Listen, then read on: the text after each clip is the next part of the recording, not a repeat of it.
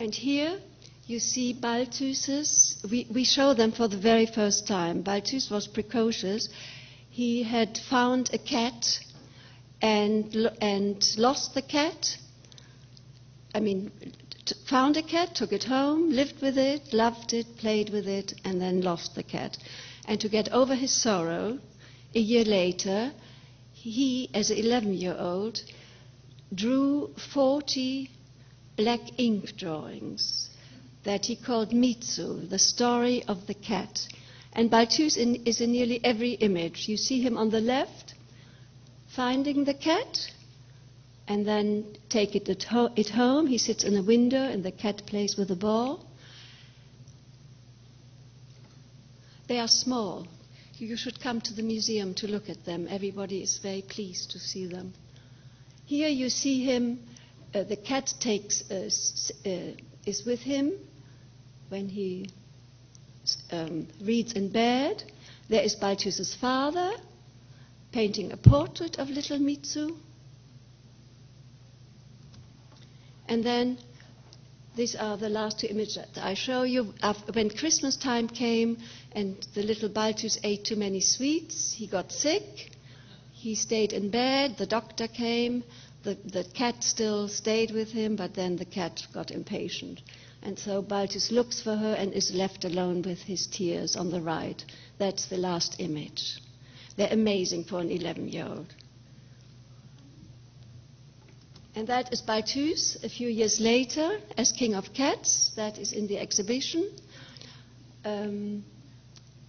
It is a portrait that he painted. You see there is nothing to identify him as a painter. There is a tombstone. On the right it says his portrait of King of Cats. And you see there is a very fine sense of humor. There is a lion's tamer cat for that huge tomcat who came to visit him through the skylight. He had by that time had his first own studio at the Place de Fürstenberg in Paris. And he had just recovered from a horrible nervous breakdown when he wanted to commit suicide the year before, because he had his first exhibition at the Galerie Pierre, his first ever, which had caused a scandal.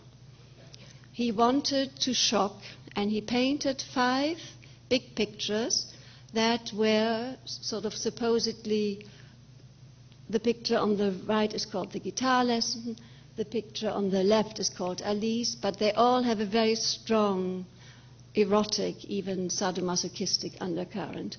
And he had wanted to strike a gong.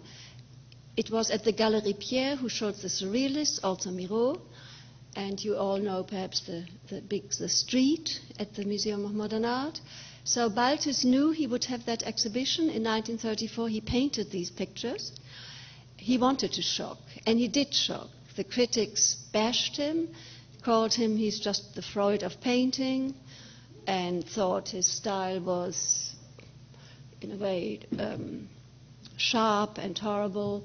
The subjects were beyond. Nobody bought anything. That picture on the right was behind a curtain in the back room. It's in fact a Pietà. And it is, he copied, it's a Pietà, a famous one from the Louvre. And you would know it, but I know it is actually, it is his mother, whom he, in a way, put in that role. I know from photographs that his mother looked like that. And the girl, this girl, in a way, is his first adolescent, but it's an imaginary scene. So let's just go back. Balthus, after that exhibition, not only did he have a horrible time or was unsuccessful in his professional life, in his private life, he had courted a woman, Antoinette de Watteville, for many years, and she told him she would marry somebody else and to stop writing. So he really did commit suicide, but Artaud found him. He stopped painting for several months and only picked up his brushes again to do portraits. So there you see a self-portrait. Then you see portraits of his. He belonged then through Rilke. He belonged to the sort of artistic and social monde of Paris. He painted portraits of his artist friends, Derain and Miro, both of them in the Museum of Modern Art.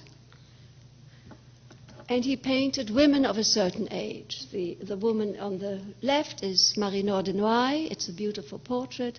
She lived on the Place des États-Unis in plush, rich surroundings. And typical for Balthus, he would put her in the sort of garret room of his austere studio. And also, this is Jane Cooley is the only visiting American. She was on her honeymoon, although you wouldn't know it, looking at her, dressed in a sort of flannel suit with Oxford pumps.